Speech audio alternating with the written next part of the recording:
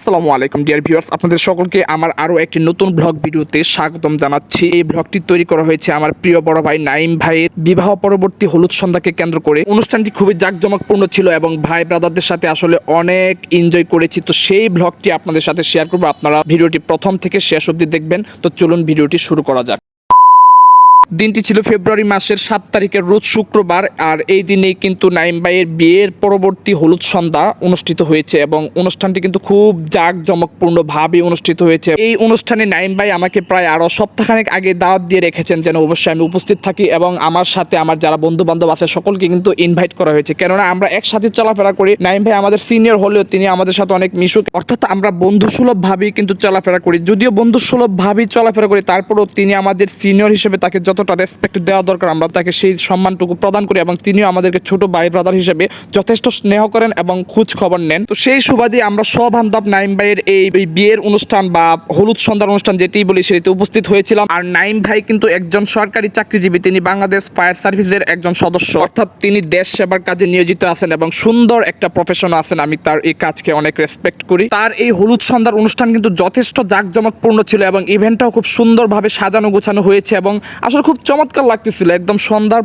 পরে আমরা চলে গেছি এবং খুব চমৎকার ভাবে ডেকোরেশন করা হয়েছে, ইভেন্ট ম্যানেজমেন্ট করা হয়েছে। ভিডিওতে আপনারা দেখতে পাচ্ছেন মেয়েরা সকলে মিলে সিমিলার কালারের ড্রেস পরেছে, অর্থাৎ সকলের ড্রেসের কালারে কিন্তু এক, এবং ছেলেরাও পাঞ্জাবি পরেছে এবং সকলের পাঞ্জাবির কালারও কিন্তু এক, যা এই অনুষ্ঠানকে আরো সৌন্দর্যমণ্ডিত করেছে এবং সৌন্দর্য ফুটিয়ে উঠেছে এই সুন্দর সুন্দর কার্যক্রমের মাধ্যমে। মেয়েরা সারিবদ্ধভাবে অনুষ্ঠানে যে খাবার দাবার এবং জিনিসপত্রের প্রয়োজন হয় সেগুলো সাজিয়ে রাখছিল স্টেজে। নবদম্পতিকে খুব চমৎকার লাগছে, দেখে মনে হচ্ছে দে are made for each other, তাদের দুজনকে কিন্তু খুব চমৎকার মানিয়েছে, তাই না? অপরদিকে খাওয়া দাওয়ার আয়োজন চলছিল, বিভিন্ন রান্নাবান্নার কার্যক্রম চলছিল। তো আমরা সকল বন্ধুরা মিলে চলে গেলাম খেতে, আর খাবার হিসেবে ছিল ভুনা খিচুড়ি, অর্থাৎ চিকেন দিয়ে ভুনা খিচুড়ির আয়োজন ছিল। তো আমরা খাওয়া দাওয়া শেষ করে আবার অনুষ্ঠানে চলে আসলাম। এসেই দেখতে পেলাম নাইম ভাইয়ের আব্বু এবং আম্মু স্টেজে উঠেছেন এবং তারা অনুষ্ঠানের যে ফর্মালিটিস গুলো আছে সেগুলো পালন করছিলেন। আসলে বিবাহ একটি শুভ কাজ এবং এটি অবশ্যই আমরা মুসলিম হিসেবে একটা ফরজ কাজ, এবং প্রত্যেক বাবা মাই কিন্তু তাদের সন্তানের এই ফরজ কাজ বা এই দায়িত্বটা সুন্দরভাবে পালন করতে পারলে অবশ্যই অনেক খুশি হয়। আর বিবাহ বন্ধনে আবদ্ধ হওয়ার মাধ্যমে কিন্তু মানুষ নতুন জীবনের পদযাত্রা শুরু করে বা নতুন একটা জীবন শুরু করে এবং সে বিভিন্ন দায়িত্ব নিতে শিখে এবং সেই সাথে জীবন সম্পর্কে অনেক সচেতন হয়ে ওঠে। কেননা বিবাহের এই পবিত্র বন্ধনের মাধ্যমে দুটি মন বা দুটি প্রাণ একটি বন্ধনে আবদ্ধ হয় এবং